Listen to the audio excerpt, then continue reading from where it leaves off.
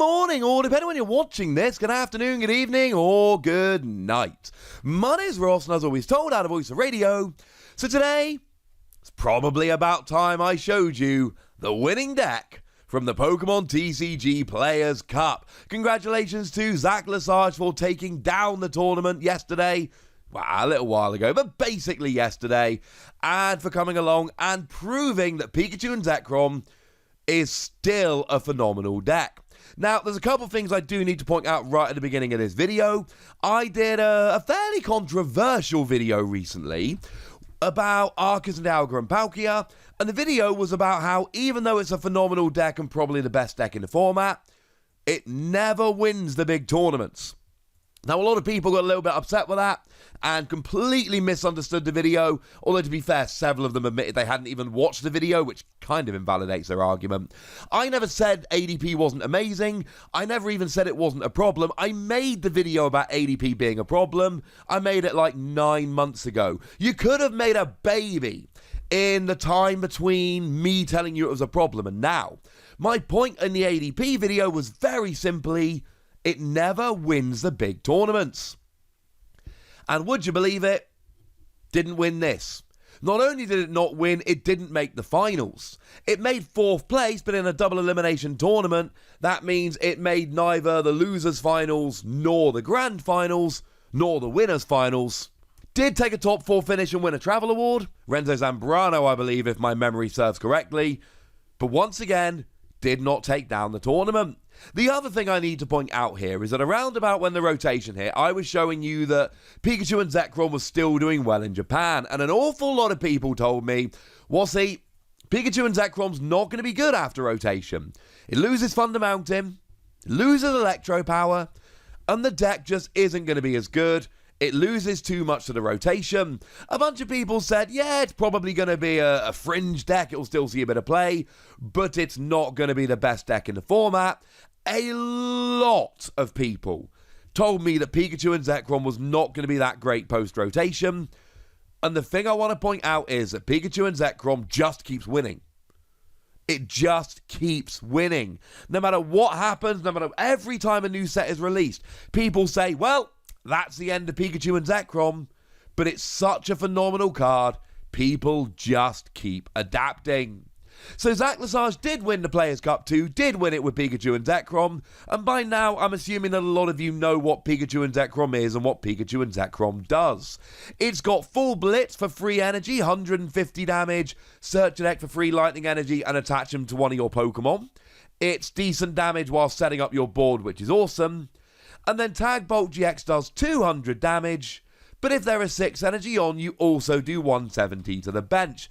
Great for getting a KO on something like a bench Dedenne, but a very awkward attack, because if your opponent KOs Pikachu and Zekrom, you lose all 6 energy, and it's often hard to come back from. Great GX attack, but one that you have to time very, very carefully. You saw over the Players' Cup, there were games where Pikachu and Zekrom would use Tag Bolt GX, and that would be the defining moment of the game. And there were other times where it would be game after game after game where nothing happened. In terms of Tag Bolt, the big GX attack, because you just could not justify using that energy. Now, Boltund V is the other big partner we see here. Boltund V is a ridiculous card. First of all, if you go second, this is your turn 1 play. Single energy, electrify, search your deck for 2 lightning energy and attach them to your bench Pokemon in any way that you like. So clearly here, Boltund V is there to just accelerate energy and go a little bit nuts. But it's also got Bolt Storm, 10 damage base, plus 30 more for each lightning energy attached to all of your Pokemon. So when you've used full Blitz a couple of times, when you've got rolling, Boltund comes along as a really powerful attacker. It's the kind of thing where in a Zacian deck, which is mucking around with Lucario and Melmetal and trying to tank, your other Pokemon cannot get one-hit KOs, but if you can get and keep enough energy on the field, Boltund V actually can. Now, Raichu and Alolan Raichu is another very important card we see in this deck, largely played for the main attack here, which is Tandem Shock. If you became active this turn, 160 plus paralysis. But it's also got Lightning Ride GX, 150 and switch to the bench, or with 5 energy, 250 and switch to the bench. And this just does a lot of damage. 250 is more than your other Pokemon do, unless you've got loads of energy on a Boltund. But you also get to switch to the bench and put something in the active which isn't being KO'd. You have to, or it does get KO'd, but you don't care. Forcing your opponent to have a boss's orders to take their optimal prize. It's another really nice attacker. But the thing that Zach did more than other people was Mewtwo and Mew Tag Team GX. Now, it has become rather trendy to play Mewtwo and Mew GX in this deck, but Zach bucked the trend by playing 2 of them.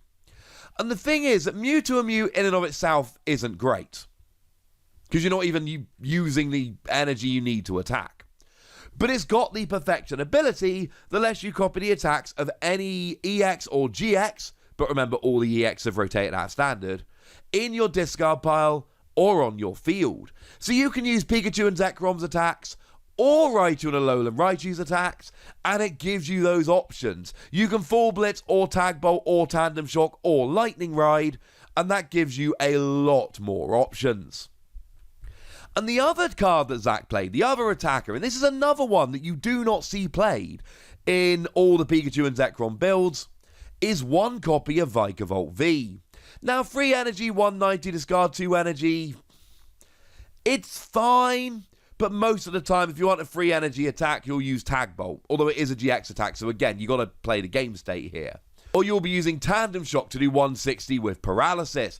And even though 160 is a bit lower, because you're getting the Paralysis, the theory is that you're 2-hit KOing them, but hopefully they don't have an attack in between, so it's almost as good as a 1-hit KO. As I often say, if you can't get a 1-hit KO, get a 2-hit KO with Disruption. But Vikavolt V here has got an attack for 2 energy, Paralyzing Bolt, which does 50 damage and says your opponent cannot play items next turn, which just slows the game right down, and it just gives another option. And that's what Zach's got here with his build. It is options. It's the option to paralyze, the option to accelerate energy, the option to take multiple prizes, the option to item lock, and it gives Zach the opportunity here to just use lots of different attacks to do lots of different things. Now, obviously, it's a lightning deck, so we've got Tapu Koko here. Attaches 1 energy each to 2 bench Pokemon when you Lost Zone it. And then you've got Crobat V, draw until you've got 6 cards in your hand. A couple copies of Dedenne GX, discard your hand, draw till you've got 6 cards in your hand, and the 2 of them plus your supporters give you a very consistent deck here. And don't sleep on that, that is one of the main reasons this deck is so gosh darn good, because it's got consistency coming out of the wazoo. And then, of course, we've got Eldegoss V as well, which just lets you grab a supporter card from your discard pile and put it into your hand.